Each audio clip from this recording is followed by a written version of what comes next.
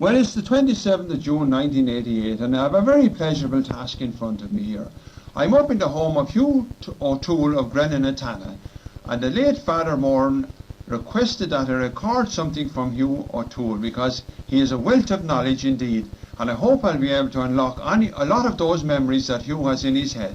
Hugh, I'm delighted to have this opportunity of coming up and having a chat with you here. Thanks, Eddie. Well, I suppose Hugh will start at the very beginning. When were you born? 8th of January 1884. Oh, good God, that'll make you 95 years of age next January, please Exactly. God. That's really wonderful, Hugh.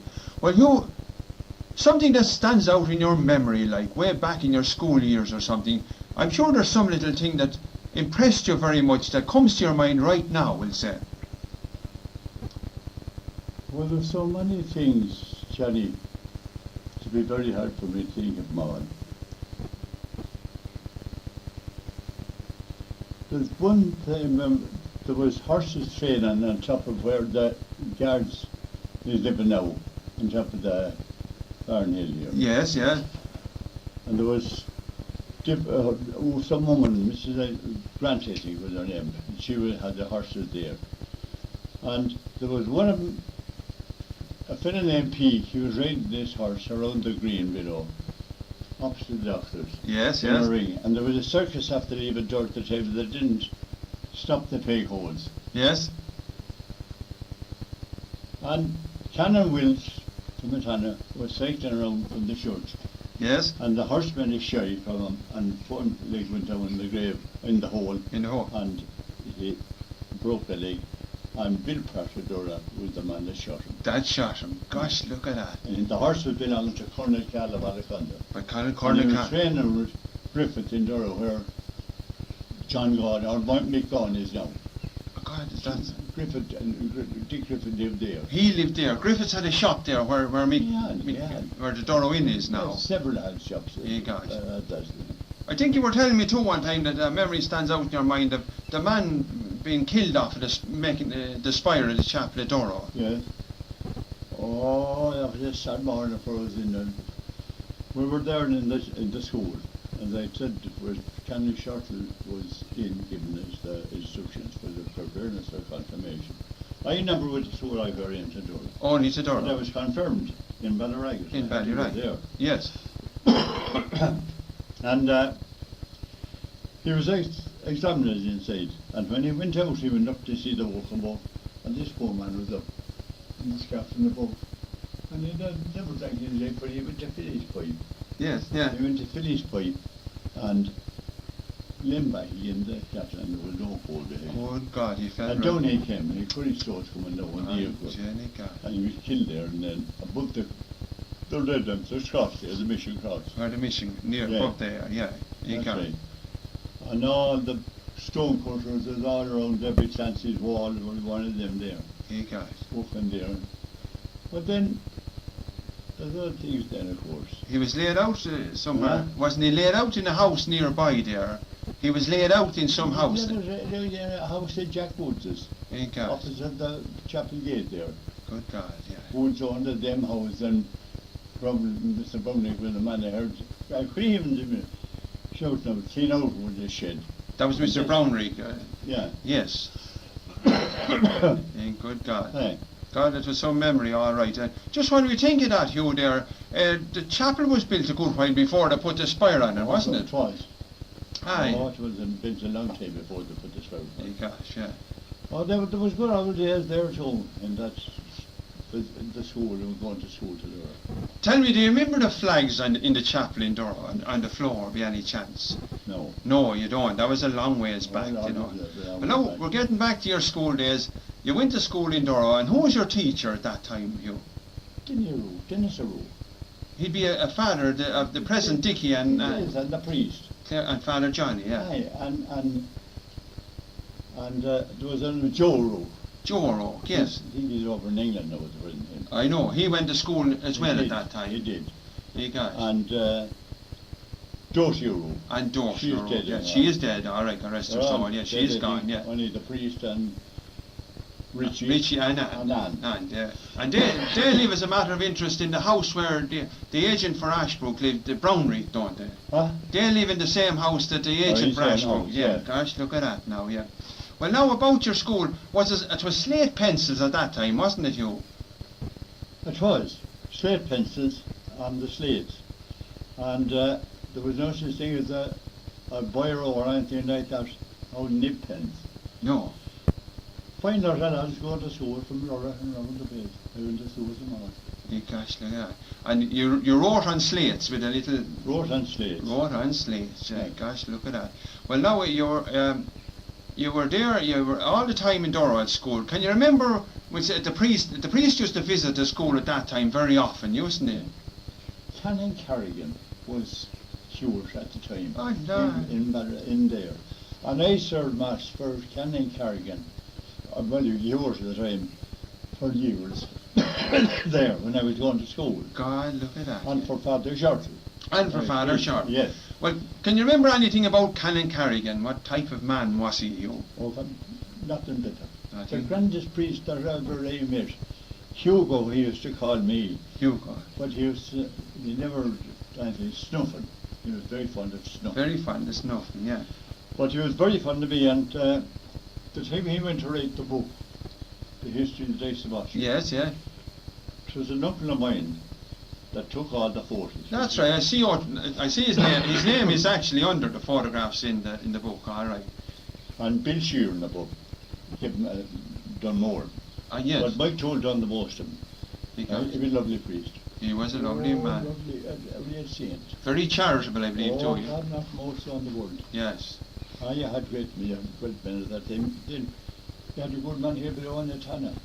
Canon Wills. Canon Wills, I'd love to talk to you about Canon Wills as well, because you mentioned him there that it was Canon Wills came across on a bicycle that frightened the horse. The horse shied from him. Yeah, well, Canon Wills used to be in great chats with Canon Carrigan, I believe. They were actually great. That's right. They were indeed. And Canon Wills was married to a daughter of Dr. Dudley's. Dr. Dudley's. And he was there before O'Brien. Gosh, Dr. O'Brien. It was Dr. Dudley was before Dr. O'Brien. Yes. God, look at that. Canon Wills married the daughter. The daughter of his. But when we were going to school, we used to go out across the fields and out below at Fields Cottage. Yes. And there was a footpath all the time. Yeah. All the way into Dora. Into Dora, yeah. At that time. And there was bad roads and big stones and there was jam thing and we were seeing the bear ones. Yes, yes.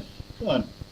But we were never let out of our house, our home and home, without being told to keep an eye out for Canon Carrigan when he'd be going, because he'd be always going into Dora with something. A can of something. But he was a very charitable man. So I believe. This Canon Wills now is. Canon Wills. Canon Wills, yes, yes. And to never let him get out on the road without bicycle. Always be on the alert for him to come. And when we see him coming, get off the footpath and let him stay on it. In other words, be respectful to him. That was our instructions from I know, well, that was very nice. And we were told then, or he'd never pass you by without saying thank you. Yes. He was the most charitable man that I've ever known. And a great man if you wanted, I think. I know, yeah. A great into and Canon Wills' wife was very good too for people who were sick and that. She was. Yes. Oh, she was. They were lovely people. Oh, they were the grand people. Well then there was nurse here there and there was great house and everything, and it was a grand in town. It was a grand. Well now, where is Canon Wills buried, Hugh, would you know? He's buried down in the little graveyard in the Tanner, yeah. Well now, can you remember anything that he ever said to you, like Canon Wills or Canon Carrigan? Can you remember a little bit of advice or anything on him? Did he ever say anything like that sticks in your mind? Canon Carrigan, for example. Never. He was the grandest man that I've ever known. I never had anything to... You were young, of course, at that. You'd be very young. But Canon Wills, though, when I was in the police in 1913, RAC, yes, he'd give you a recommendation. That'll get you anywhere. Anything else. Get you anywhere. Just when you were talking there, I was thinking, once you told me that there was a golf links where Kieran Mooney's place is now. What? A golf course. There was, big up. Started beyond St. Millions Hill. The first drive was off of that. Down into Whelan's Hollow. God. Berrigan has the now. And right across to Gaffney's house then, where those stampeded. Yeah. And from that across the fields and over to the road where Johnny Mooney lives now, or Jack Mooney. Jack Mooney, yeah. Yes, and to there. I often spend days on holiday from the carrying doing the caddy for the yeah. to get a bob or two. A bob or two. You told me a funny story about the golf balls, that you used to wait for the crows to clean off the grass off the golf balls. Do you remember it? You used to have the crows clean the grass off to find the golf balls and get a good tip for No, we used to when they drive a ball, they could drive it DC where we had moss. Yes. Down. And when we'd be sent to look for the ball, we used to have a put upon and put it down. And when the crows that have it up now and think it was eggs. I know, yeah. Take it to one man and you had a half a crown for a Dunlop ball that day. That was James Delaney of Capendale. James Delaney, you told me that one before, alright. He was a good man for the tip. He was alright for the lads. For the lad.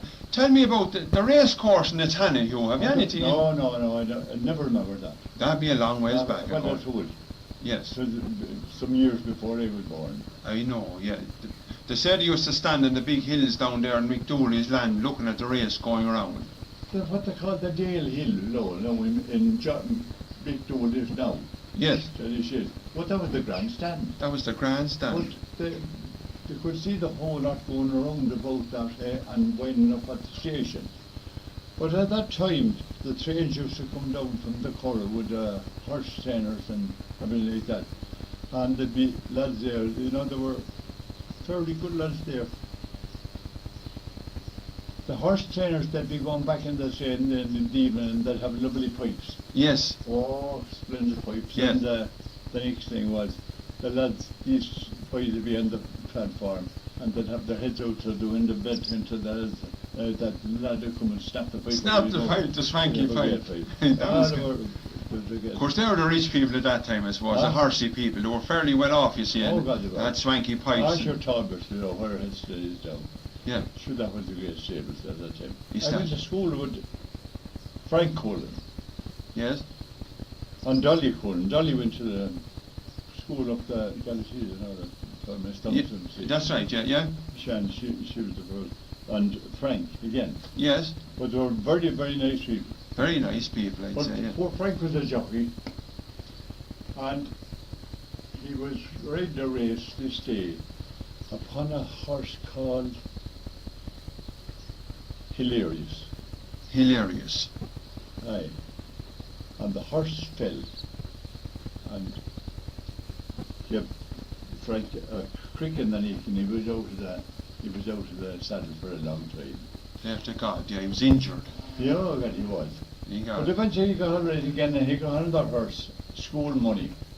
And if he had to bring home that horse, he was a bad jumper. But he said to his jockey going down, this few comrade, I started with a bad one. He said, I'm going to finish up with a bad one. Fell and broke his neck. Ah, Broke Frank's neck. Only for that there'd be a race to stay with over there. Oh, the man himself broke his neck. Yeah. God, between his not arm. Look at that now. Well, now, you were confirmed, you say, in Ballyragget. In Ballyragget. Who was the bishop, you? Abraham Brownrigg. Abraham Brownrigg, yeah. Can you remember him? He had long hair, someone told me. Well, he had. He was a convert. So I believe, yes. Irish people. Oh, at that time you were examined one by one. One by one, yes. Up there at home, and he did examine you. And first we were examined beyond in the school, in the house that they someone now be at Ballyouskill. That's where Father Carl took us over there and examined the few that was Mick and I, brother mine, he's dead and gone now. Yeah, gotta be good, yeah. And he examined us there. Yes. And some of the whales, Yes. there. the one will leave, no, it's a friend leave, and that's Lizzie, that's married to Kieran Mann. Ah, God, look at that now, yeah. She's Yeah. And so, when that was over, old Mick was better than me at the Catechism Bible history. Yeah. And Paddy Cal said, I'm sorry you'll have to put your back me. Oh, He was a year too young. a year too young, So- Jenny God. I thought a tear couldn't be brought out the priest. He was a fine big wicked man. Yes. Mick began to cry and the priest started to cry again. So he had to go back 2 or 3 years. Thank then. God. Do you remember Father Ger Downey up there in Ballyouskill? Who? Father Ger Downey in Ballyouskill. He was in. You were probably off, and In the police? you were probably in the police at the time, all right. Downey. Father Ger Downey. He was moved from Ballyouskill to Tullaroan afterwards.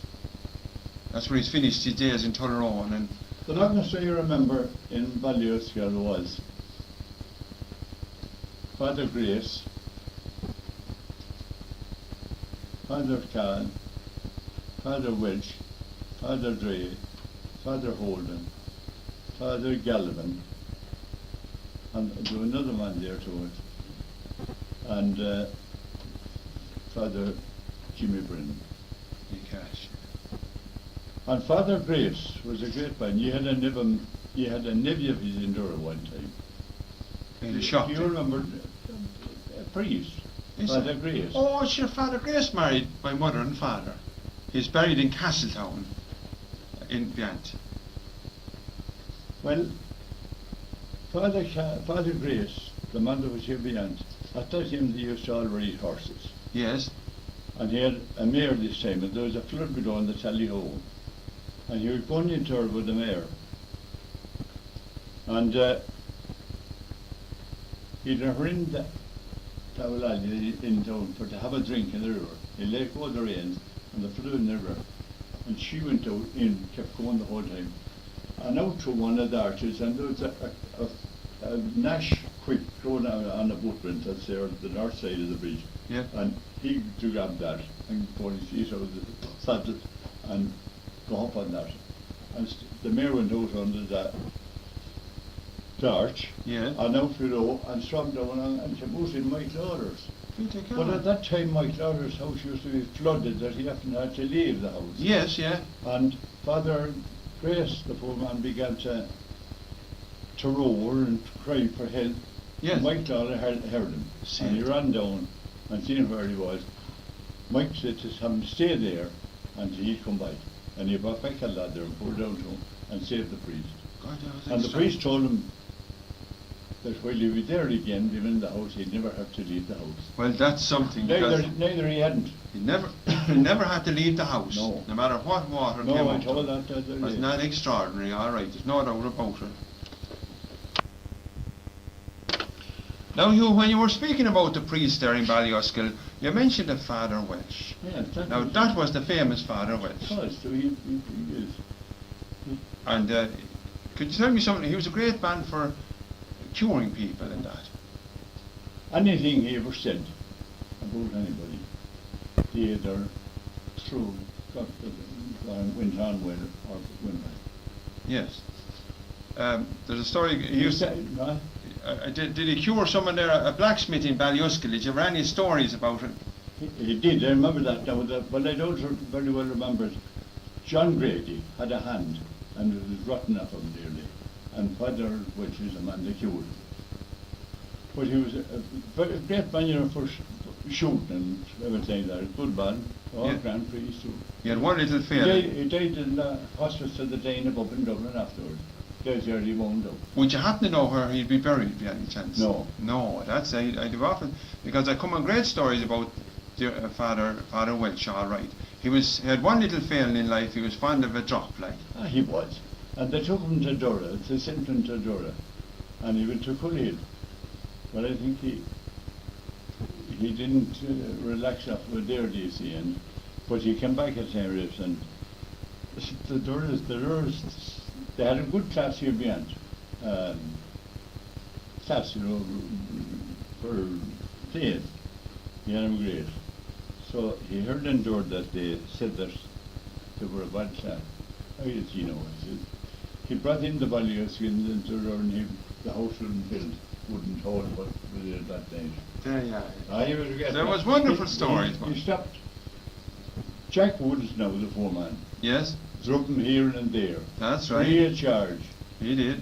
And look what we're doing today. Yeah, he said there'd always be a woods in Dora. I think he said that. There'd always be a woods in Dora, he said. Quite right. That's right, And yeah. what happened to Flanagan's? That's right, yeah. That poor family didn't fare out so well. There's no doubt about that, all right. How do you find he was nearsighted, blind, he was. Yes. Old Pat Flanagan. Yes. So I think he, the latest fellow, which I couldn't tell you really. One thing he proved the late. That's right. By the witch said something. You might have heard that. I did indeed. And then he went up along to Patrick Street. I'm going to record this because there's a nice little story about Father Welch as well. And he knocked at Delaney's door there, Jack Delaney's door.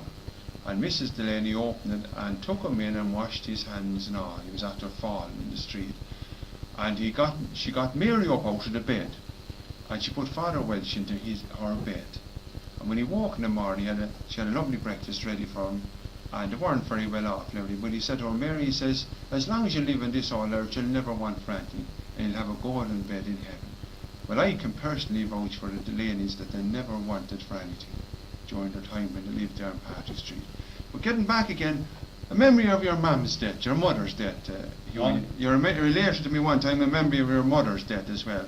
She died in 1907. Yeah, 10th of September, 1907. Yes, it was, and you were buying, We were put to Corn that evening. That evening. And the British military were here at the time. Yes. On manoeuvres. And my father or none of us could be out, look around as the wake was going on. Yeah. But some of the good neighbours, we had all good neighbours, they told the commanding officer they were assembled below at the tally hole there. Yes. On the way going back to England. Yes. And they were from the Ballyouskill Hills there to the Ballyouskill. There was dispatch riders going all day with the horses. Yeah. And they couldn't even stand to take a drink from there. Yeah. So they were there and they went on. So I remember well the commanding officer, we had a field of barley down there. And they didn't go through it, but they went around the boat. Yes. The headlands, not much damage. But the commanding officer was told about the horses going through the corn.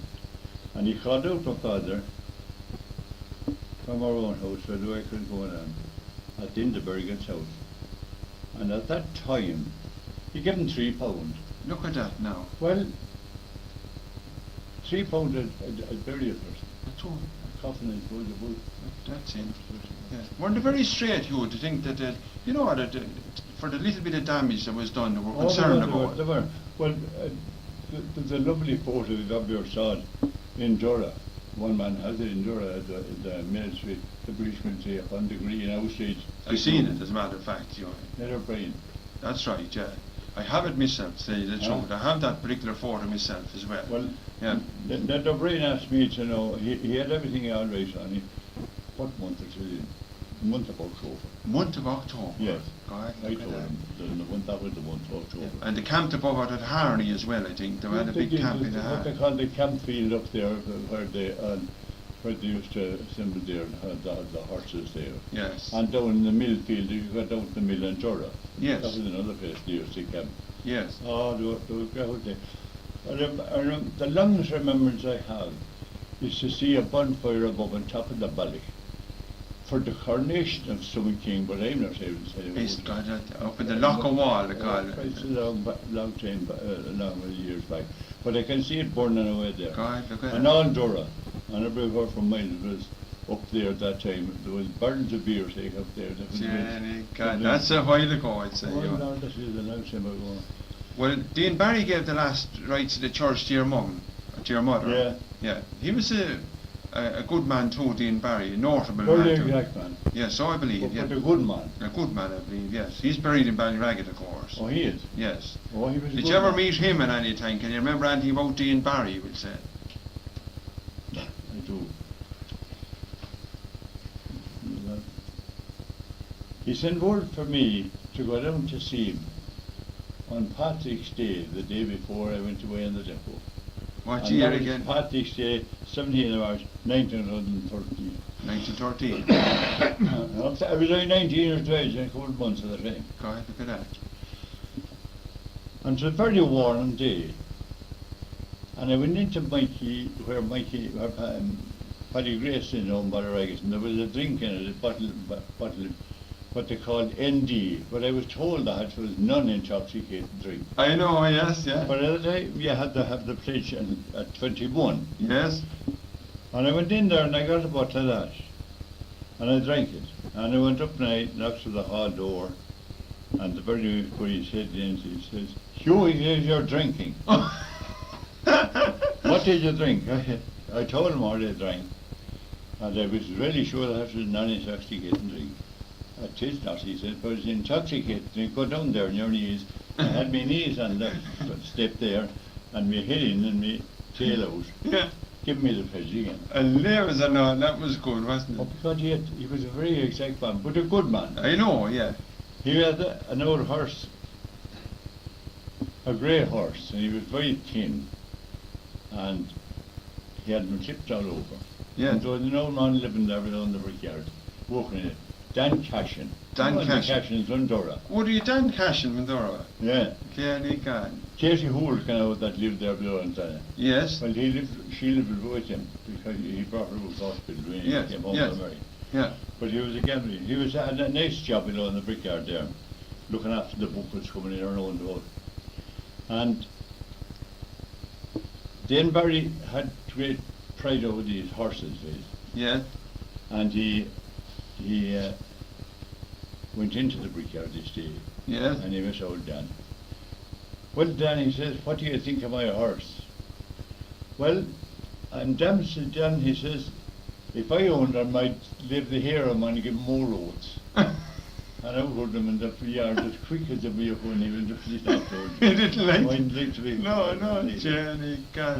There was times. There were good times because there was great happiness. The youth was there together, and there were no one had money. No one had money at that time, Joe. No one wanted. You weren't being regretting through the great road chain. And everyone was in the one way. Everyone's in the one way, is right. And so, Well then, corn of course had to be, there was no reaper and binder that time. You remember often, not all. yeah, They had to bind it. bind it, yeah. Of course, it was with a mowing machine and bind it. You got In fact, the matter is, I had a 14 there and I'd done a whole tool. Jimmy Toole here, and he, the two horses there below couldn't run the mowing machine. And my father and Mrs. Whalen, the bushes that died above. Kieran Rani, his mother-in-law, she was binding and I was binding and stuff. And we got somebody lifted it here upon me, and they stuff on. And I meant to get it enlarged. I know, yeah, copy off it, like. You got a copy of it. I suppose, like everyone, you have memories of wonderful weather at that time, Hugh. Oh, what the You hell. know, there seemed to be great summers way back. So there was. Yes. So there was. No doubt about it. I remember the year the big wind. What year would that be, I wonder? About 1904. 1904, yeah. Around about that. And at that time we were sleeping in the seventh bed, as we call it below. Yes. Seventh, Oh, yes, I know, yeah. kitchen. Yes. Myself and me and a chap that was murdered afterwards down the road. Full.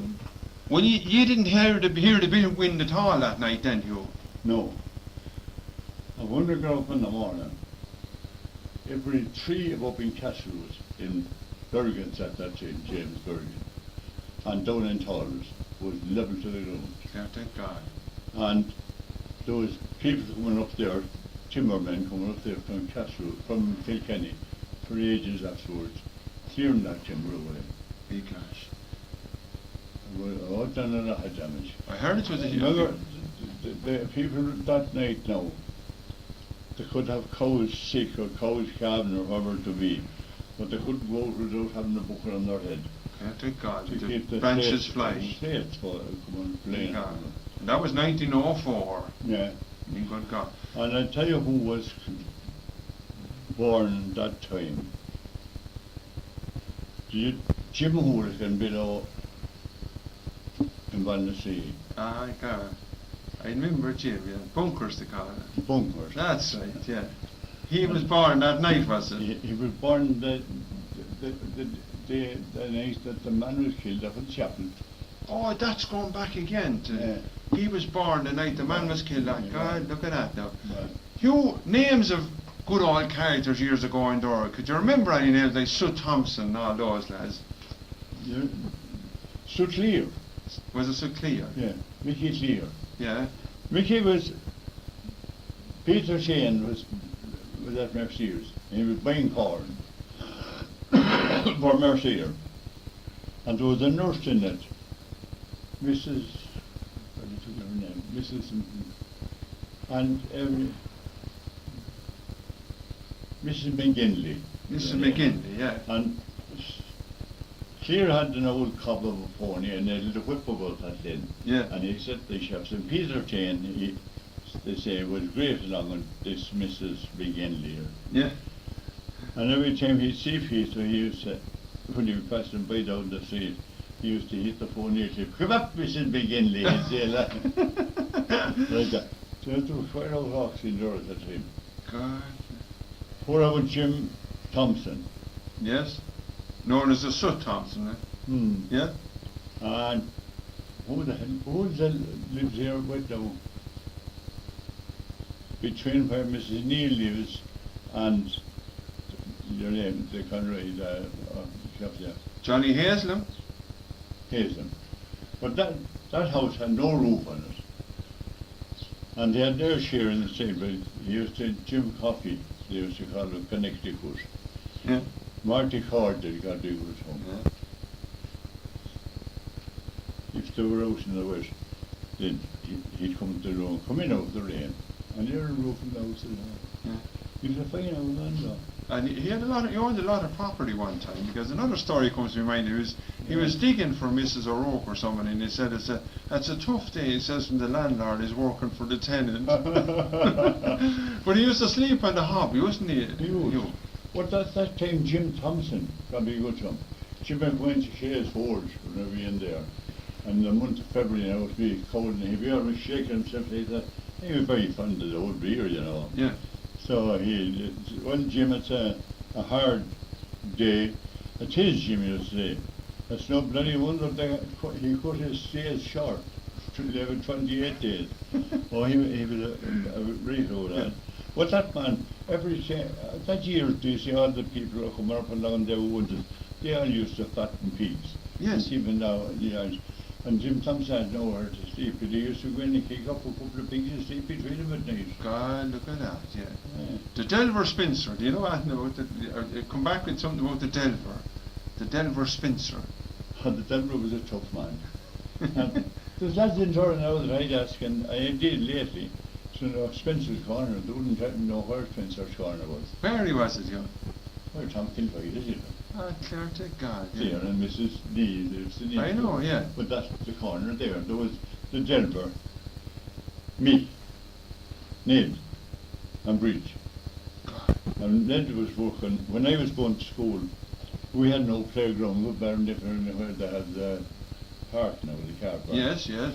And if we were cut out in Palmer's Field, where the church is now, Yes, you get them, but you murders. I know. Palmer was a strict man. I was, and then Spencer was used to ride the horse or all that there. I know. And he'd keep an eye to everything. Very seldom we ever got home. We never could get house in. But there was no lady with Betty. There was two women living at the end of the school, the vocation, what do you call it now? Come on, that's what I just want to find out a bit about. Yes, where the CYMS hall is now, like. They lived in a little house beside it, in the adjacent house. They were living at this end of it. That's right, at yeah. the very end. Yes. Mrs. Hogan and Leary. Mrs. Hogan. Mrs. Hogan. And O'Leary. Yeah. Leary. Now, just a matter of interest, Joe, that would she be the same Mrs. Hogan as presented altar rails to the chapel? Would it be the one woman? No, different Hogan. No, Yeah, different one. yeah, that's the one, yeah. Yeah. And but we were down in the playground there, in the university playground there. If the ball went down into basically kids. Yeah, that was the first house next to the playground. Yeah. There won't go further, I didn't go. She'd take him in and burn the ball and so Clear, she'd give him to a lad. before she give him back. No, I give him to a young tool, she said. Yeah. And what the old people. Great. Now, could you, Mr. Mercier's and the huge business that he carried on there, where the stores is now, wasn't that wonderful to you? What? Where Mr. Mercier had his business, could you tell us something about that? Would say? That was a great place. He fed her. Your dad just always And said. Mick Whalen, there big good son. My brother's and Mrs. Marley. He took the bread car for a long time from Mercier there. Yes, He got his cold off it and died afterwards. TV. yeah. And that bread car used to go around the town every day with bread to the people.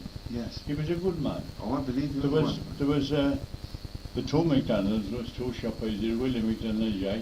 Willie and Jack. He, who was this, the butcher there then, Jimmy Kiley, Yes.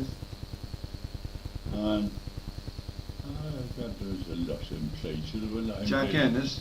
Oh, Jack Ennis. Jack Ennis. Yes, Would he have been a butcher at that time, Jack Ennis? he wasn't. No. No. Yeah. He wasn't. He Yeah. was a good holder though. Yes. And Jimmy Kiley, he was the butcher there. Yeah. He was below, he was Well, Peter Taine, there's a memory, what was Peter Taine? He was buying the corn, buying the car. you know, in the mill.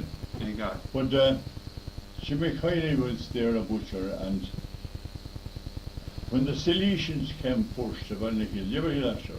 No, I didn't. You. When the Silesians came first to Ballyouskill, Maggie Shelley was a maid at Dean Sheeran's above her, your married now. Where the Duro Inn is now. Yes. And at that time, either a brother or a priest would bring him for a route march into Dura, from down to Dunphy's Corner there in Ballyouskill and right into Dura. Yeah. And that there were refreshments at Sheeran's, Yes. the ham cook. But this day, Dean Sheeran sent down Maggie for a ham. And it was an extra large one. But Maggie, no matter what way it was, she couldn't think of the Silesians. And she said to Jimmy Kelly said to her, "You go, Maggie, this is the biggest ham I ever saw going up to Sheeran's." And Mr. Kelly says, "You know what it is? There's a pack of Alsatians coming in to her from Ballyouskill, and the woman butcher with lipstick in there." That really happened. God, that was good, alright. Aye, she couldn't think of Silesians. She couldn't think of Silesian, so Alsatian was the only thing she could think of. Alsatians. The names of shops at that time, you had all the shops there with different names. You had Morgan's, hadn't you? There was Grace's, where Jack Murphy is living now. Yeah, That was the shop. There was Dad and Bill there. Bill was the priest afterwards. yes, He was the priest. And Mary, she was with Hunchbacks. yes. And there was Morgan. There was Ned too, was there Ned? Ned Grace, no. Ned and Bill. Ned and Bill. Yeah. Ned finished his days after in Brookville in Freshford, did he? Did. Ah. And Mary actually, she was a bit with. Delicate, like. But then you had James McGrath next, the baker, The paper. Martin McGrath, and Dean Sheeran was married to one of the McGrath, yeah. and there was another man married to May McGrath. He was afterwards the chief superintendent of the guards, Jermar. Big cash, yeah. Then up along you had Kennedy's then, next door, who has it? Lennon has it now. Yes. You had Mike Malloy, Mike Malloy, yes. Breakpoint they used to call Yes, him. yes, yeah. And Jim Keenan worked there. Yeah. And the next was Jim Keenan married the daughter. Yeah. Nell Costler was her name. Nellie, she went to school like me. God, did she? I remember her myself. She was grand old yeah. And the boys used to go in there to Martin Costler. He was the next sergeant. Yeah. And Paddy Evans and George, they were galsmen. Yes, yeah. They used to go in there and they never called for a pint. Only back me 2 pints, back me 2 pints, told Costello. Costello say, I bark is nothing at all. Why don't you call for these pints? Would you bark me this and bark me that? Would your mother ride a bike in the middle of the night? How would Costello go? So the next was where the post office was there lately. Mars owned it.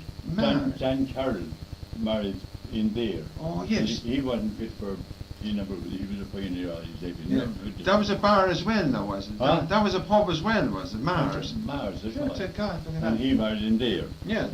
And then you had Fletcher's, Yes. Paddy Fletcher. And that one was Baker there, Jimmy's father. Yes. And John Delaney who was the shop in it. Yeah. And you had below there at the very corner, where Paddy's cottage, McGardens. That was a pub. Another McGardens. McGardens. McGardens. Oh, where did he come from, wonder you? I couldn't tell you. He was Ah, there, yeah, met him, and God. there was a girl from over beyond Paddy College, used to be working there, and Yeah. one of the cars over there. Yes. And then you had Would that be Memcal now? That Memcal. Memcal. Yeah. Nice to call that too, because she worked at Fletcher's again. she worked at Fletcher's again. She was a grand lady. I remember my aunt visiting Mem over again in Ballygall. They're lovely people. Morgans, we didn't seem to mention Morgans. Oh, Morgans, no, they were grand people. They lived between between the Where Joyce's is now.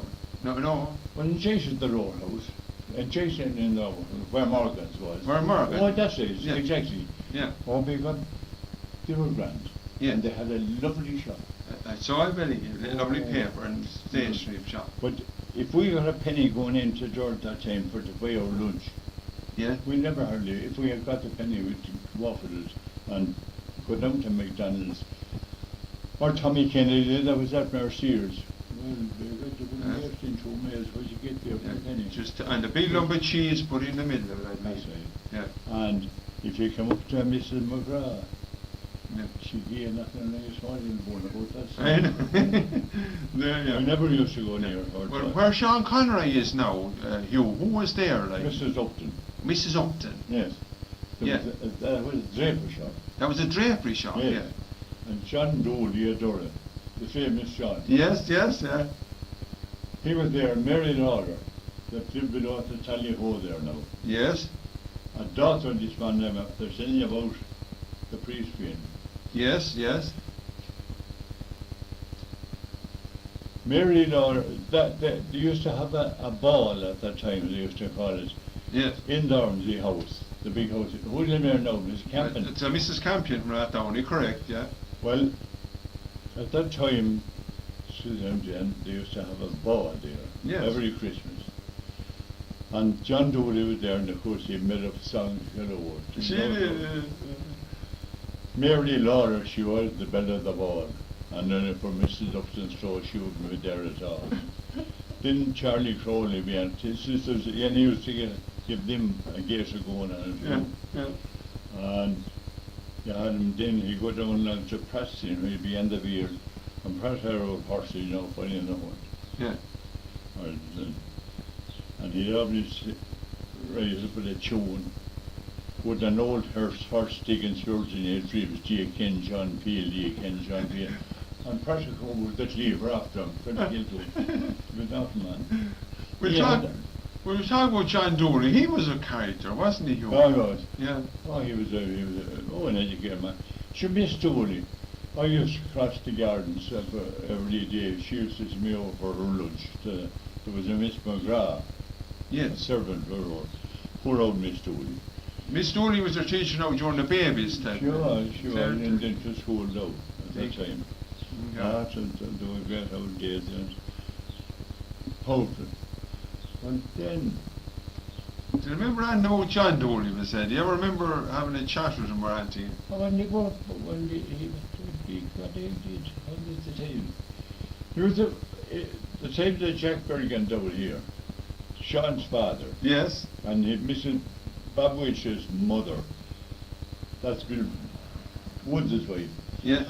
Her mother got married to Welsh above in Across. Yeah. He died, and she died, but he died first, and there was Bob and Mikey born. And they were bringing down furniture one day from Across to where she was going to start a shop in Ballyouskill. Yes. And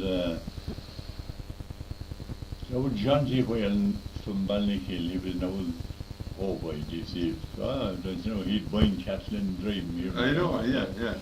But he was very good with Jack Berrigan. He used to give him that point. And he went into Mars there, and it was closed. And he went in there and he shook hands with Jack. And Dooley was there with Jack Reed, the Lord of State. And he says, he gave him a point at Henry, and who is that old fellow, says Dooley. You know, lad, says Jack, that just had me but a few cats if I had been Ballyouskill ready. And he said, because a man shakes hands with you, he says that he expects you to bury him. Oh, you had words that win. Yeah, you had words that win. Oh, God, he had. A dangerous man. A dangerous man. A dangerous man, is right now. There was a missionary aunt in Ballyouskill one time. Yeah. And Mike Lowder below, Natalia Ho, and Charlie Crowley's wife, Sarah Coffey. Sarah Coffey, yes. So hard good. She went to the mission along with Mike, and that's the car. And when a freight that got, he jumped into the Derry Wood, the Trainer Wood. I know, yes, yeah. And it never broke anything. Yeah. Both of them escaped. And they were brought out to my old bit of siren, but I remember it well, sure. Yeah. That's a few years ago. But Dooley went up a song in Highland. What was Franklin did? Poor Sarah, it was better for her. She had to remain at home. Poor Sarah, as her weary legs she dragged, 'twas better for her to remain at home and convert Tullabags. Tullabags that used to I know, it's poor old Charlie. God almighty. They were wits. They were wits, all right, there's no... There was great times. Danny Burton, you have some more stories about poor Danny, I'm sure, yeah. I went to school with Danny, sure. You did? And Jack Shea. And Jack Shea, yeah. Them were as my pals to go to school. Poor Danny. When Danny, if that's you're asking me about, when the poor John Woods, God rest his soul, he used to give him a day, he used to work with John for his son. It was very hard to get Danny out of bed in the morning. Yes, yes, yeah. And they had a field above there up the Derry Road. Near the quarry. Yeah. And John had come up in the morning, come down. Where is he? Where is he out there above in the field, Biddy, going, you see? And she pointing up to the... Pointing up to the bed. But then she had said that he was in the field. Because if he wasn't, yeah. If he got he'd kill her. He loved dancing too, Danny, didn't he? He was a great lad for going to dances, I believe, and that. Well, the canals were great though there. There was a poor chap, crippled. Andy. Andy, yes. God, he was a magnificent musician. He lived there at the Gardens Gates, as they call it. Yeah, that's right. Yes. I often went in, when we used to have the giant spree down here at Fiends years ago. God. I often went in, myself and the grocer Mooney below. Yeah. And sit down, he'd jump up your shoulders, legs that like a squirrel, take him out, live into that sing car and take him out. And yeah, he was a great banjo, he was a great melodian player too, wasn't he? But he was a marvellous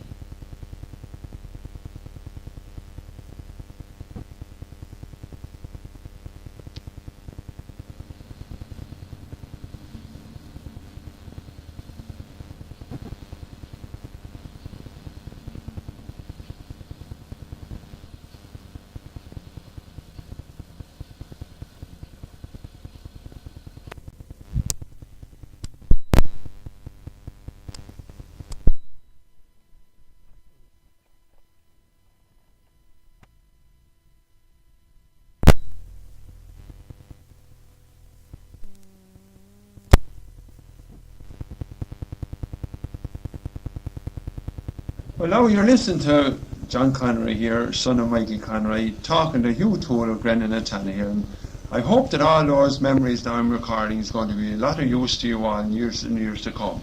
Now, Hugh, tell me something about the brickyard in Dora, please. Brickyard was built in about 1889. Big yard.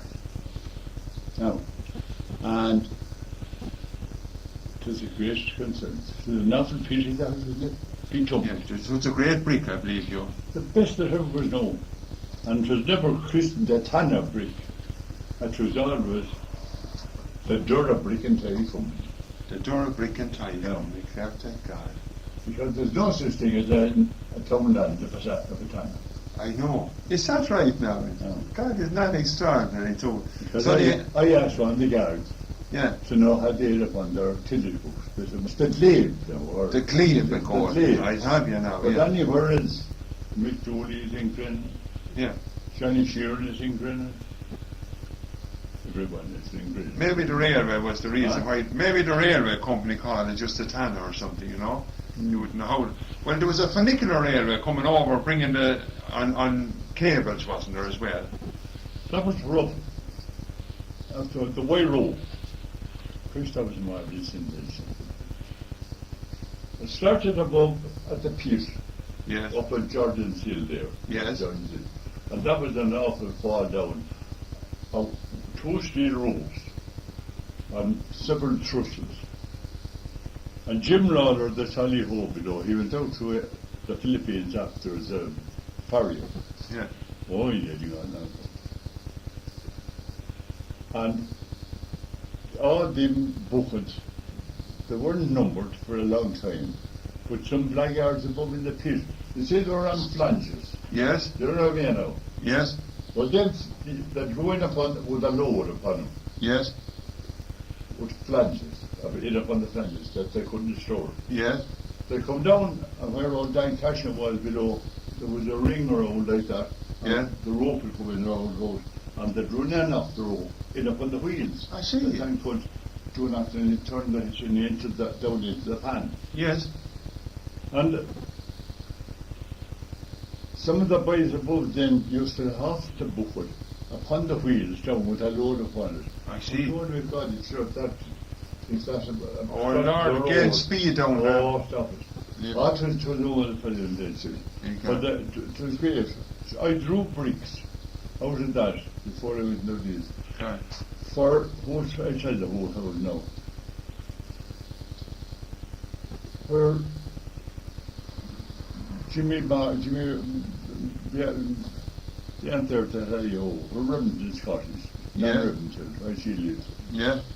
Charlie Crowley, and where Coney is in. I drove bricks in. Paddy Coffee's in the Barn Hill. Celtic car. Keelan Sierra above. God, look at that, yeah. I did. Or you would, now that brick house was built for Clark, you were saying there, as you go up the Tinweir Road there on the right hand side. What? The house there where Martin Murphy lives in now. That was built for Nicholas Snowball. He was Clark above in the Big gosh, Remember that in Newlands. big God. Well, there was a huge chimney and all, the whole works. There was, the first big chimney was 120 feet high, and the one coming from the boiler was 84. God, that was something, wasn't it? Because, well, they had to put them up that way to keep the smoke from the sign of people's crops. I know, yeah. God, look at that. Wasn't it a pity it closed? Why did it ever close, Joe? Did it ever stick in your mind? Did you ever hear why it closed, the brickyard? Broke. Is The that? same as everything else in the country. Ah, They had one that sort.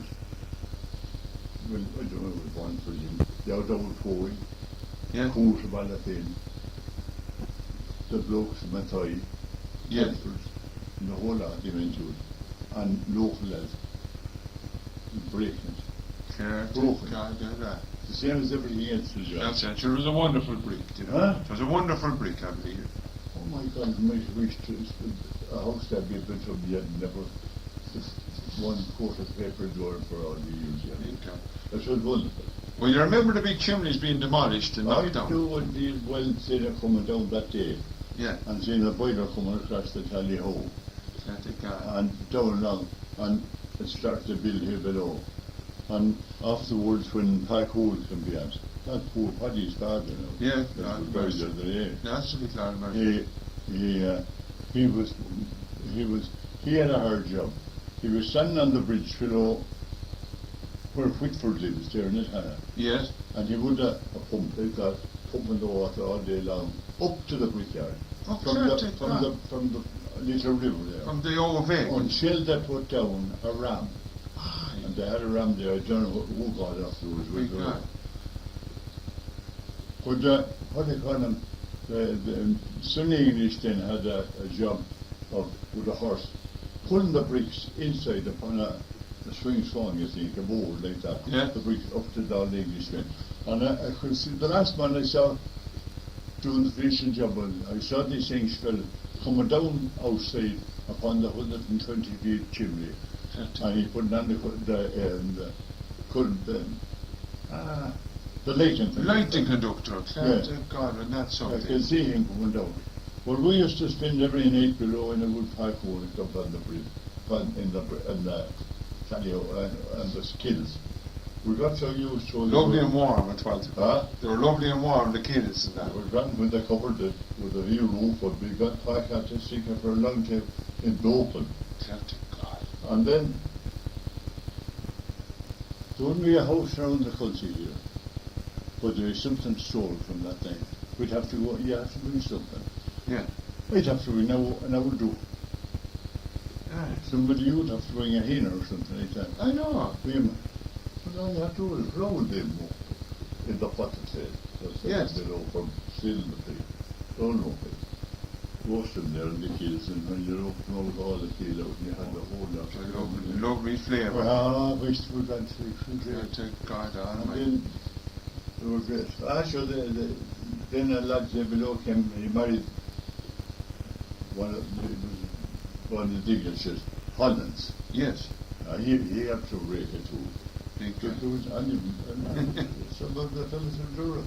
Tom Sear that was walking there, he was a tar. Okay. Where, what is on this there? Clancy's in shop. Yeah. Tommy Welch has it now. There was Jam. Yeah. Well, the famous stamper that used to take off the top off of their finger. Well, there's something funny about that. They did always get a few quid for it. Everyone had a top gone off. Well, for what? To put in their finger in the stamper or something. I'm not reminding me, but Mikey Whalen below, I was telling you about, he worked on Mercier's wheel, the bread around, raises. And he was at the stamper. But the stamper was like that, you want to keep your eyes open. Two bricks you could run together. They'd be in green bricks. And the stamper come down and put door upon them. Yes. And you kissed him 2 weeks and take home and put him on the barrel. And the two will be come in again with the machine and do the same thing. But Mikey wasn't minding, says, and he lost the use of three tops of 3 fingers. I heard that, all right. Nearly every man had a top got off his finger at that time. That's what you can't buy. But it was a wonderful place. God. Johnny Hinneberry was there then, and he was firing the boiler. Yeah. How Johnny, you know. You see, from the piece of boat there on the side of the hill, down right to the road, the people going into Durham. There was one poor fellow from Durham and off in Dixon. Manners Cunningham. I heard of that. Bridge Brokens. Is she lived there really? I don't know that, you know, yeah. Bridge Broken. That was terrible. The pit came in him, wasn't it? Gone back in the body, like. And he looking at hundreds of tons of it waiting there to come down again upon him. Yeah. And there wasn't one of them had to go near him to try to get him out. No. Not one. Couldn't. Because there was another fall There coming was again. another fall coming.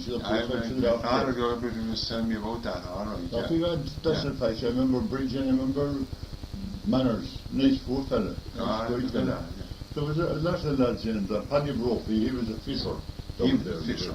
And You ever hear tell of a fellow in Durban named Danny Green? I did, I heard of him all right, I did. He had that one hand. What is that right? Huh? Clear to God, yeah. Aye, well, he worked with us. Yeah. Billy Hanran came, of course, in the latter years, didn't he? Billy Hanran. He had a nickname, Billy Bricks. Billy Briggs, aye. Yes. He worked there as well, didn't he? He never worked there. Oh, didn't he? He came to Tumlet. Exactly. And if the Ballyouskill era had to turn around and put one bullet up in Ballyouskill, to be a different story. I He thought- can't be there. I thought Billy was working in it. No. that's He not. came to demolish it from a He time. came there from a time. Clear to God. And instead of he getting the job of the Hillary to fire on, But hello, I should be there. totally suppose. Because Wanesford was intended, I think, putting a wire rope across over the hill there and bringing coal and column down there to Italian. I know, yeah. Clear to It God. is an absolute scandal. I have no hope good for anything after After that, because after what you've explained there, Hugh, it was really a wonderful industry. Another thing come to... So- now, Hugh, will you tell me something about the little mill in Italian? Little mill was there for years and years. And it was the best mill that ever was known for grain and oatmeal, which people used to use at the same. And you'd have it there, and the longer you'd have it in the house, the better it would get. Clear to God. And Martin Kelly was the millwright there, or he is, and he worked there along with Isaac Benson. And Pat Mullally was a millwright, Pat is the mill, right? and he was not until, but he kept it going.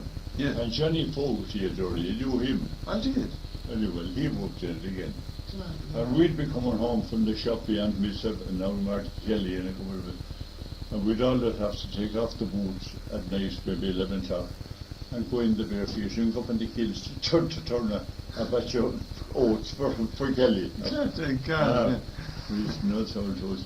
There was a So- fierce pull-up out of the mill, Hugh, wasn't there? And often done. There was a terrible pull-up out of the mill. Shocking. Yeah. Terrible way. Pull. Aye. And then there was a song made up about that, you see, Max's Chicken. Do you know where the house at the end of it, where Martin O'Hale lived? Yes. That was a shop. Aye. Oh, I think Herbie Maxwell's father, Sammy Maxwell, lived there and had the post office there. He was but he used to wear the glasses across his forehead. And Herbie was there, a son of his. Everyone, the children, died with TB. Ah, It good was a God. pitiful sight to see them out below on the road and they sitting in armchairs there and they're fading away. Ah, Jenny, There was one of Mass Morgan's in Durla, God. one of the Maxwell's, Hannah Maxwell. Yes. Well, she got great with a nephew of old Isaac Benson, who Harry mentioned, and the two of them was great. And Harry took the bloody complaint and she escaped and she got back to a clergyman, I think somewhere around Bray or something like Yeah, that. thank God. But she was a gambling girl. Yeah. So when Isaac Benson died then the mill was let go. Ah, And yeah. no one bothered broke. No one bothered No broke. one bothered. Yeah. But the choice was you might call him. God, it was. There was no cure for TB at that time, of course, Hugh. Sure there wasn't. No. There was families wiped out with it. Well, there was no such thing as an anaesthetic even in them things. No. I have a sister, which is dead down, Anne, tell this over the years. She was married to a Barney Mullivan, who was a DMP man. Well, she was getting very deaf when she was young. My mother was Yes. young. And she was getting very deaf. And the tonsils was affect her hearing. Clear to God. Well, a fellow went in to Dr. O'Brien, Yes. and he told him, bring her in, he said. And he brought her in. You done nothing, you got the instrument and poured down there, he said, oh, one, I threw it into this. Clear to God. She never gave a cringe. God. The following fortnight, she was to go in again, and she done the same thing. There was no such thing. No anesthetic, you're No, right. no. God. And we all didn't know what we got you so. She never cringed, he turned away. God, look at He was that. very bushel. Jenny, God. But he was a great pneumonia man, but no Yeah. good for children. No, on her appendix, I think. Your man, Dr. Banner was called that. Oh, he was. All right. children. Great Little excellent. man, eh? Yeah, grand little man, yeah. Yeah. grand little man. Well, what have you seen a guy you're after? No, we'll go to Lord Ashbrook up there to the castle. What's your memories of Lord Ashbrook? My memories of Lord Ashbrook is he was a very good man. He sent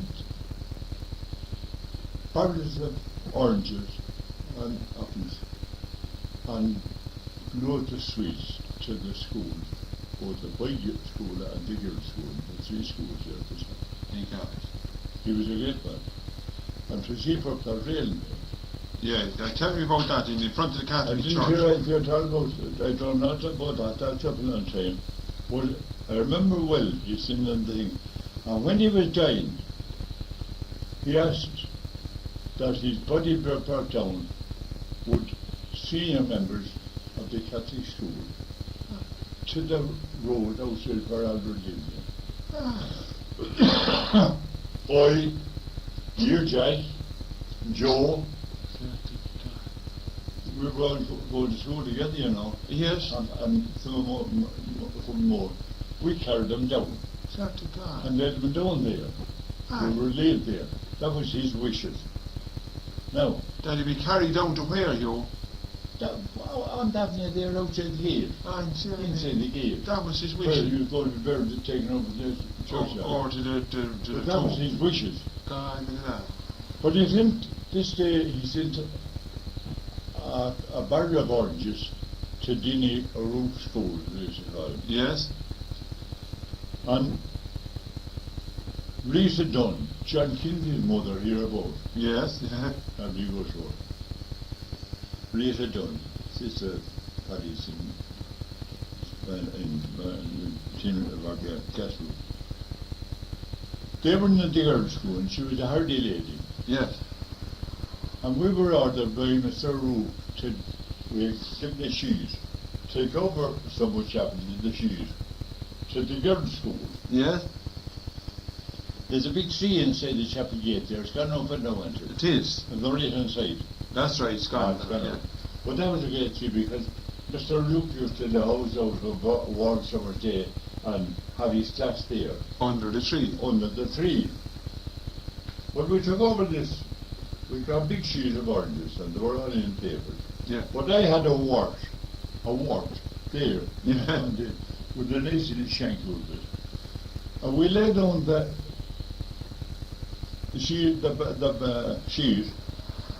and we started to put the apples in our double oranges in our pocket, like that, and then double seeds out of the girls' school. And they came over Christian the church there. And my Dunn, Rita, she got a close to me and she hit me here and there and she put the worst The worst through. But then I bled, and what the bleeding was falling upon the corners of the papers on the Google pocket and them, there were no arm. Oh, God, now go find that paper. Yeah, or put them in your pocket. Could you tell me something about poor old Dinny O'Rourke? He was a grand man, your teacher, I believe. He was one of the best little men I've ever known.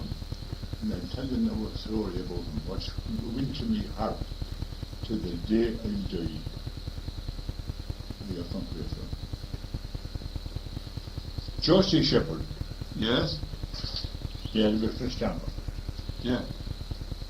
And we were out in Farmer's Field, kicking those football this day we saw them on. Yeah. And we were kicking away there. And what way I got a trip at Josie. I put him on top of his head. And he got up and he began to say something to me. And he go over that say, when you you see like that. Yeah, yeah. He reported me to Denny. Yeah. They called him. Saying, then we went. Now there was Wash Welsh Yeah. going to school this day because he was a big lad. Yeah. So when that's the spot, I think some war. Yes. He's dead and gone, so he was there. Yeah. They held the corn parks things in the school and I was put down and sentenced 12 slaps Oh, Lord. from Denny.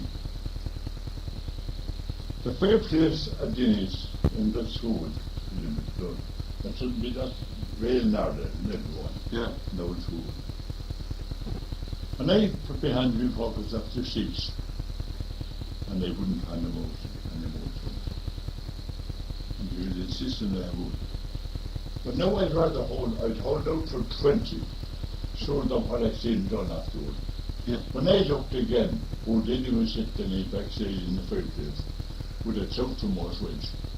But I didn't want that at all because I liked him. You did, indeed. You're a kind guy. And I'd prefer to hold out for 12 more staffs. That's true. And not to have that happen. No, you They had to pull him out of it. He was because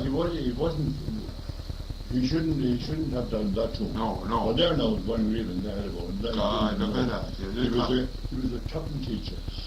Well, he had another job he used to do, collecting insurance or something as well. He was a hard worker. He used to go off collecting something as well after school, wasn't he? He was. I don't know what was he going. I think he was insurance or something. He was a hard worker. Tell me, Hugh, could you name out your class at that period? Like all the people that went to school with you, would say, that comes to your memory, would say. But there was the Dumpins we had in mine. Their father was a herald there. There was one of my shop here, and she was at Fletcher's. Afterwards, then I got home. The lorry girl that was right in St. Carol's. And there was that big lads there though. They got ahead. Neddy hung the top of bowl. There was one. Yes. Yeah, he's dead, yeah. 3 or 4 that says back 6 March or so. God, look at that. Yeah. Would Danny be in that run? He'd be young at that time. Who? Danny Fitzpatrick. Would he be? Oh, he'd be young. He'd be young. You know, he's gone too now. Yeah. Oh, there was a good. So I had the Dempseys then. Yeah. And then Mick Dempsey. Dick? Jim Dempsey. Dick Dempsey. Okay. And so then your own the Conroys. Yeah, Jack and Joe and well, Tom wasn't. Tom no, he'd be young too. Who? Tom. Tom was eldest. Oh, it was Tom the eldest. Wasn't he on the railroad? He was. He was on the railroad. He was on the railroad working. A nice fella. So, Maggie and Mary. Yeah. And Julia. Gosh. Well, now Wash Welch and John, did they go to school with you too? George, can I tell you about Wash Welch after eating in a roof? And a fellow named John Coogan. He was a fellow who had yellow leggings and a chain across his breast. He was holding up there and they go on. He lived below where Marty Cashington. They had the shop at that Coogan's. Coogan's shop? That a wholesaler changed times. Several times. Oh, I didn't. And there was, who else can you remember in Cashins? There, the Bridge Bars we call it now. Coogan, and who else can you remember, you know? Bright Point Malloy. Malloy. That's where Keenan was working. Yeah. Coogan's.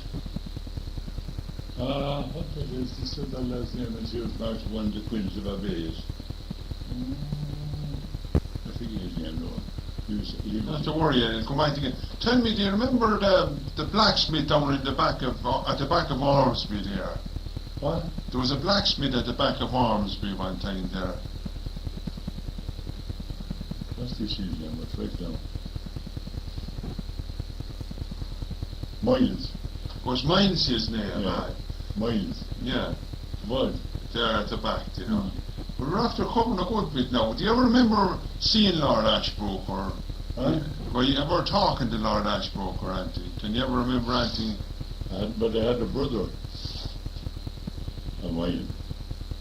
And if he was actually getting a fish at that time, he was on our man to poach him down the river. Yeah. Me. Didn't know any good, he did. Yeah.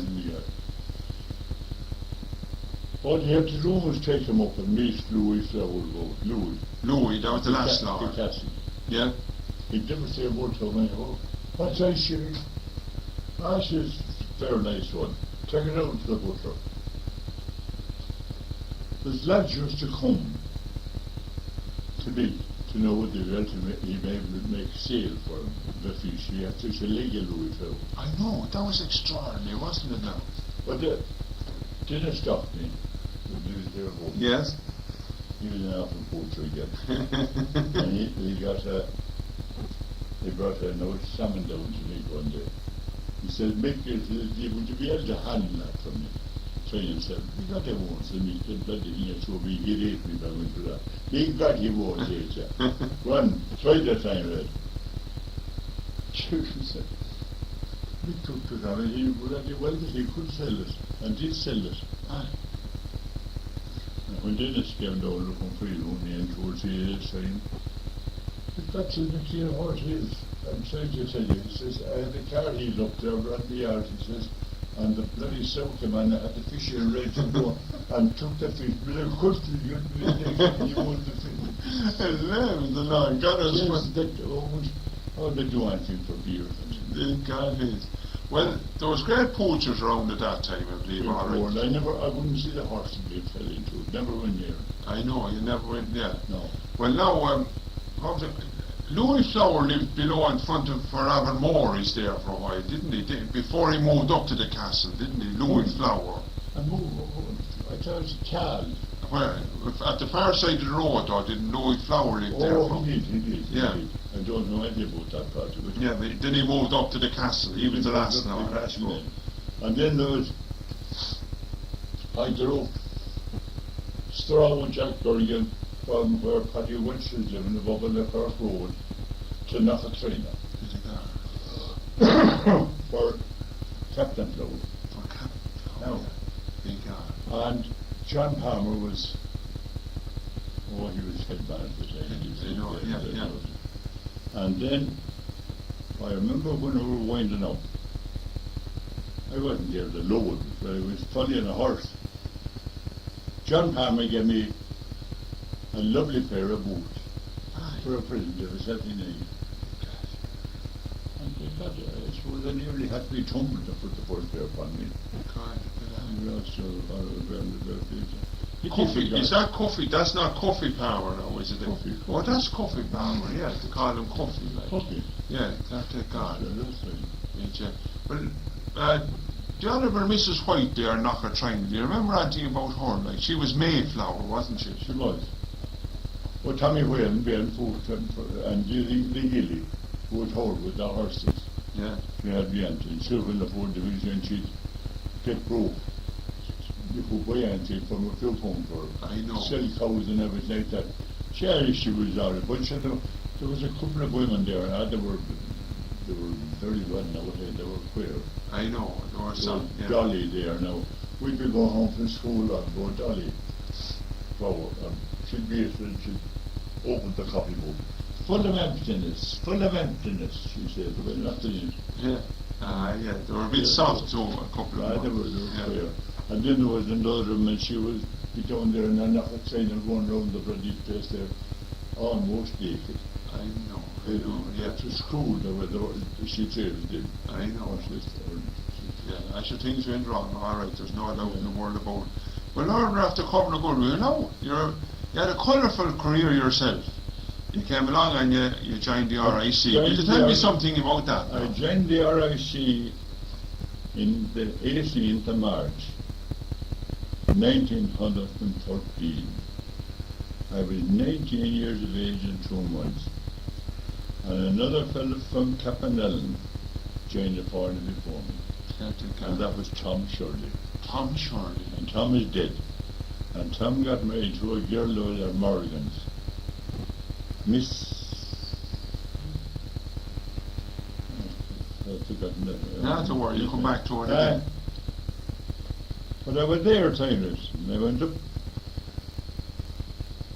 on the 18th of March.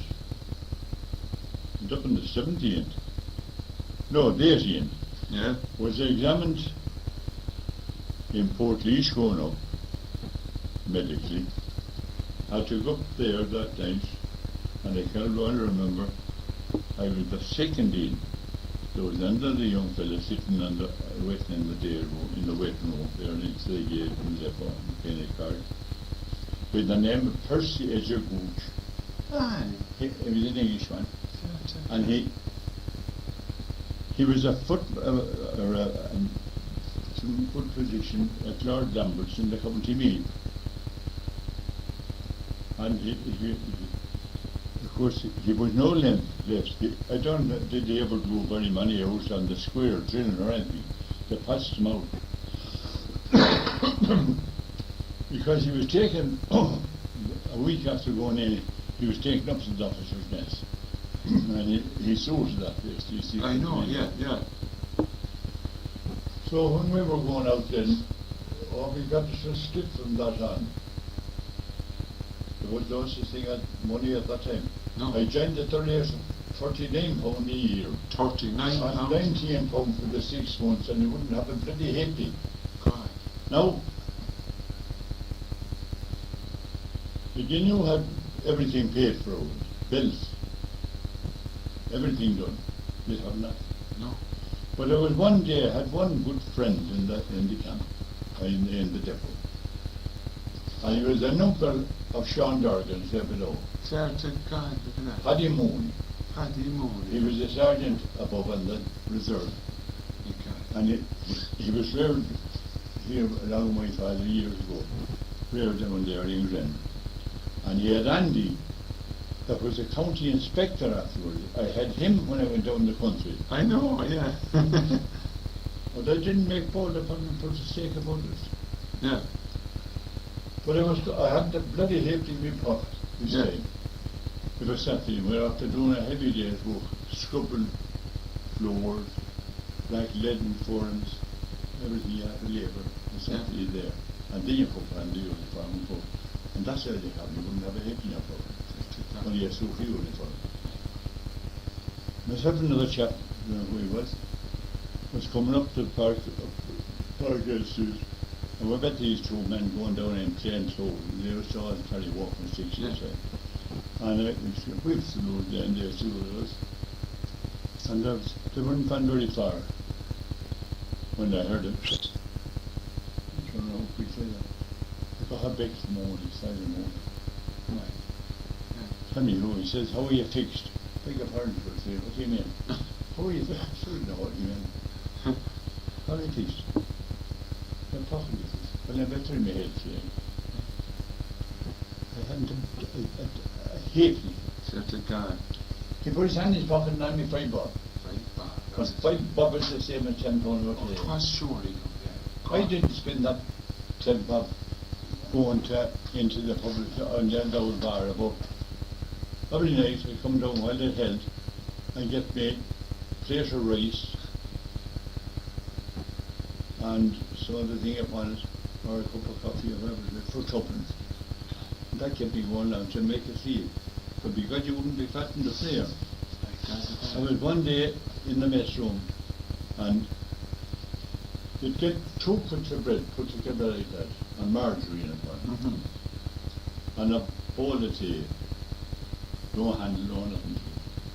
There was a fellow standing at a press at the very upper end of the mess room, where there was 300 men. And he watching everything there. You see that you wouldn't pick up anything. Because I seen 2 cuts of bread over from me, 1 year from your team. And they took a chance this time, and I had 1 eye in him and 1 eye in the bread. Because and I don't dance those force probably, they put men on the thing. Because when he was first invited, he put his hand in the force and called me to the press. We're very strict, weren't Oh, stop. Very strict. I was, one day then we were after being in the gym, and we were passing out now with this job up again, going out to all coaches. And I had, never a word said to me on the square, good, bad or indifferent. I won prison, but I was told afterwards that I was a good recruit as ever went into the depot. There you are. Done me business, you see. But this day, we were going to be examined upon what they call jiu-jitsu. That's putting the locks on prisoners. I see. You see. And Head McGorgan had a a moustache, and he could not sit here behind the back, Yeah. with a green jersey upon him then, and Sergeant Green. And the adjutant was at the head of the class, with gold teeth and spurs and you know.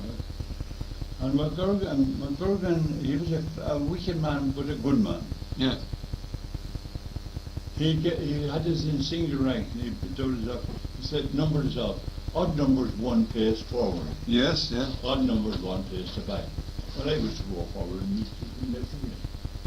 Well, he had a drive, and I had nothing in my stomach, about 3 o'clock in the evening. Well, he cooked me there, because he put me into a room with a hold me by the belly. I had tokens in my pocket that day. And when we were done, he put it back again. There was no more mistakes. We had started it. Yes. Now, I had the folk, and we were changing, myself and the young fellow was changing our gym slippers to go back into the boots. Yeah. And 15 silver and football. And I had fourpence, and a pint of stout was tuppence. And you'd be allowed into the canteen after the last parade in the no recruiting, I'd be allowed in slower than that. No use, said you get them nothing. But I said to the lad, look, my saying, they get fine, say, sure, I have nothing, he said. Sure, I have fourpence, see? And The damn said, he sure, we'll get 2 points there. I be then home.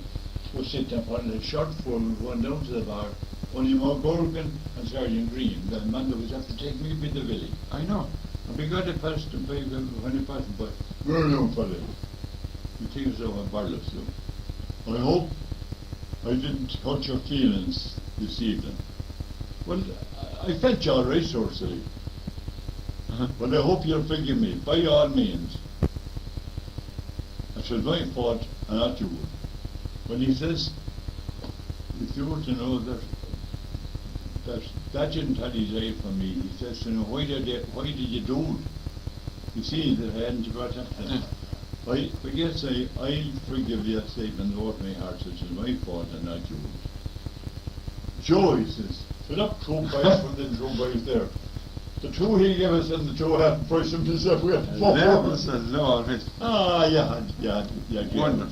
Well, Vicar Hugh, that was interesting, all right, there's no doubt about it. Now, Hugh, I remember you telling me your first job that you were learning was to pack your own palliace, wasn't that what they called it, or bed filling? The first thing you have when you went into the and passed in, and I'll never forget it, and I was only 19 years of age, there was a head constable major there upon the square with the name of Fogarty.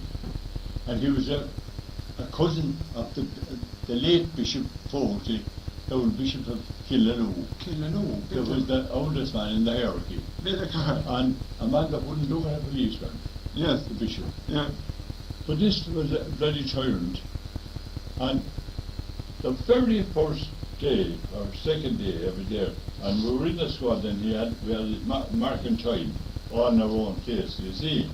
And when I went round the hay enough, Bertie came across there. Touch that, he said. Are they paralysed? That was grand to me. Well, if I had told me about the Santy, I might have to gate. I held my patience. Yeah. Well then, you go hand grand afterwards, sure, it was great. You'd get dogs abuse. Yes. And you wouldn't mind. Because that was the training, your discipline. Huh? That was the discipline. That was. Yeah. There was an old lad there with the name of George Balfour, he was the senior man on the square. You'd learn more from him reports than they would from the rest of the men the whole time. He was right out there. Because he was going these days, he was coming up and down. He'd have to teach us what turned out a bit. And he was coming up along and he had, everyone who carried a pasty. That was for opening up like a compass. Yes. To measure the distance between your step. I see. All time we wanted the drill instructors. So, I don't know where sure, I never knew he was behind me back. I just like my head about that much like that. Look at the hip, he had on my shoulder. If I had me too much, He was a good man though still, because you learn a lot from him.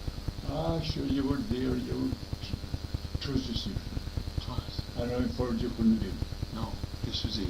They're a wonderful force, Ollie. But where were you drafted out the first, you? First place I went to was to a place called Carraway, 3 miles outside Ballyouskill in the county Roscommon. I went there on the 6th of October 1913. We were examined for our counties, and we went in the 18th of March. We were examined the 18th of September to the day. And we were kept on then, there was no vacancies.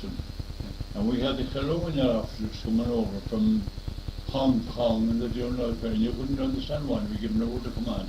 And we were the bloody squad that they used to send to them. And to learn drill from us. From their AC. Oh, there was no doubt about it. They were a great force, a great late force. There's no use in talking about idle food. They were because they came from all parts there. My father often told a story like that. They had a garden up the Cork Road, and when they'd be going up to dig the garden, they'd have the spades on their shoulders, like, and they'd march up in a military fashion and start digging their garden. When they'd be going up, they'd be falling out for mass in the morning or church. Then for mass, they'd branch off to their church, and for the Protestant church, to branch to theirs in military fashion. Well, we used to go from the depot down to Offram Street Chapel. To Third AC built that chapel. Yes.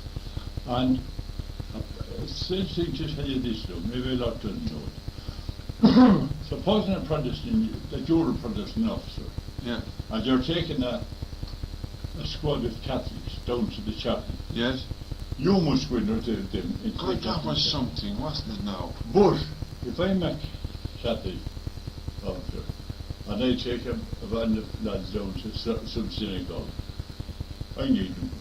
God, that's extraordinary, wasn't it? Yeah. Wasn't that a most peculiar thing, that the Protestant man had went to the Catholic church, but you, the Catholic officer... The Catholic should go, he needed went to the Protestant church, but the Protestant should go to the Catholic church. God, that was extraordinary, wasn't it? Yeah, no, Another strange... England. And you I can't say the word, but getting together is going on now, like, it's an extraordinary thing.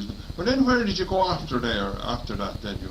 I went down to Carraway the 6th of October 1913, the fair was on in Ballyouskill between the 68th year. There was an eviction on over promise. There was a family put out a house. And I'd go over there for a start for 3 months every night and sleep in a straw lodge. Yeah, on the ranks. Well, I took an old time now. He's going to be awesome. Talking about an eviction. All the neighbours were in there with the emergency man, they're paying cards away with him. He was a good old lad, he was from Castle home. And because he let every one of them keep the ducks and get the duck eggs in the morning and the turf and everything and the grass of a cow. Although he was supposed to be not any of me. I know. And we'd have to follow him down to out every morning. He'd go to the post office every morning in Moray's on the shore road. And we'd have to follow him then. And from that down to Miller's in Ballydang, and he'd win there for a drink. And home again. He'd go off to bed, then you could, hang around. I know, yes. But,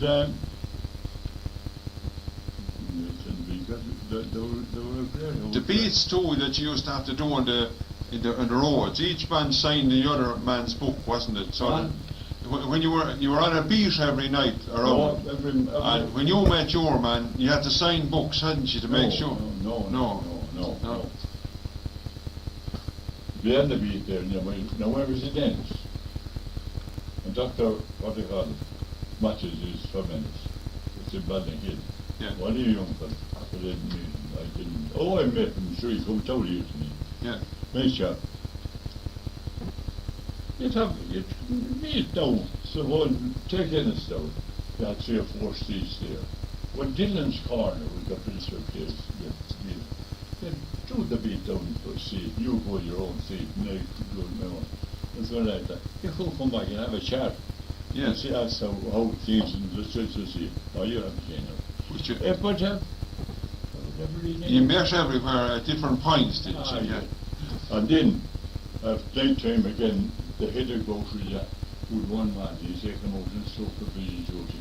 But there would be 7 patrols now, 14 now, in different patrols. You had to go around and meet every one of them. Yeah, every one of them. That's a nice horse. They had a ranger. I don't know, so they couldn't. If they never had to spend their easy, they were better. I know, yeah, there was strict force. They had armed folk, but they couldn't live in it. You see, I thought myself really that there'd be peace in the east when the armed folk did. Now they have to arm, and some of them armed and more. That's right, yeah. And it's worse as God. Worse as God, you always right. It's no scandalous. doubt about it. Yeah, it's God. Worse I as see God. him. Yeah, There's no that's- doubt about it. Well then, when you moved after that again, did you move anywhere after that? Oh, I used to do that. I thought myself, good, this is a station of the same as our gate above there. Yeah? The barrack was there. That barrack was in about 20 yards. And the hill up around here was up there. And coming down from Yeah. the thing. And Andy Mooney now, another roomful Yes? of Jordan. Oh, a brilliant man. He was a grand man. But for brains and life you never saw. Said to God. And he was a head constable in Ballyouskill when I was there. And he won the Queen's gold watch. That was the big thing. Like Glad Allison. He had it 3 steps in his exam with 7 years service. Said to God. He went up for the examination for head constable, took first place again. Went on for the airship, first place again. He Yeah. put the whole lot God, together. yeah. And I had a leg, but I wouldn't go in upon to be asking him to do things for the sake of others. No. If I did want to turn down it, I had no choice. If you were ever in trouble, tell him in time. Yes. And he'd get you over. I know. But Yeah. he never. So I used to meet him there then every day that I'd be in Ballyouskill. And Yeah. there was an old pair living. There wasn't an old pair. A man and she had 2 big sons, 3. McDonald was the name. They were herds. Yeah. Out over near Ballyford. Yeah. And they had a big Jennerson car, but they were dangerous for drinking. And every Saturday they'd be going into Ballyouskill, Yeah. the mother and the son. But they wouldn't be coming back that night. They'd be in the barrack until the next day. So you had this day, Saturday, she was caught and had Mooney caught her. Yeah. He gave her the work. And he'd find her a couple of questions to the dock and Mount Mooney at the time, you know. Yeah. The one came out to the barracks to Carraway where he was, an old 40 sergeant. A few more days. Oh, he fucked your 40. Yeah. We thought we had nothing to do, I had exchange. But this Saturday morning, the sergeant says, young fellow, he put the book there on the road, he says, the Newton says, McDonald come along and said, so you get the money from her, £2. Yeah. He says, oh dear, she says, sit down and put the skull at me. He was half a trailer boy. And he was young, you know, 80 years of age. Yeah. No, you're good. He was a Kerry man. Yeah. I went outside this and walking up and down the road. And it seemed that the general came over the hill and made happy and I brought my hands stood over, oh, everything's been done. Don't you? Beg your pardon for a minute. There's a message in there, never actually yesterday. What is it, she said? Ah, that's fine, he said. £2. She said, he's there, and she said, oh, she put up her skirt. Yeah. And she put out a double bag. And old knocked called up, you got some full of nose. She handed it to me. Who has that against me, she said. Head Constable Moon, said I have done the slow. Well, I prayed to judge, she said that la boy stuff any way. I got the money and afforded the boy now, so yeah, I've been playing. Yeah. Following week I was going into, but there was money inside in the barrack for to go into the police station and talk. And the sergeant says, O'Toole said, you better do patrol into Ballyouskill, he said, and take that money and pay the petty station clerk. Well, give it to him and get rid of it. All right, I went in, and I was paying, I was coming down the street, I met him on the owner. Yeah. And you, on the short side, Yes. I stand to attention very I soon. know, there was no such thing as, Yeah. yeah.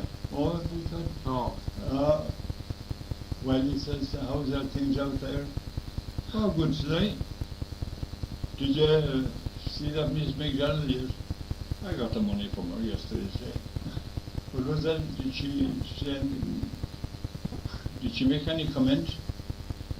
Ah, she didn't say. I began to grin. Go on, throw it up, he says. I'm sure she did. What'd she say? He said, she swore to just that that's the base enough of your way. When I catch her again, he said it'll be brandy. God, that's good. Never got her.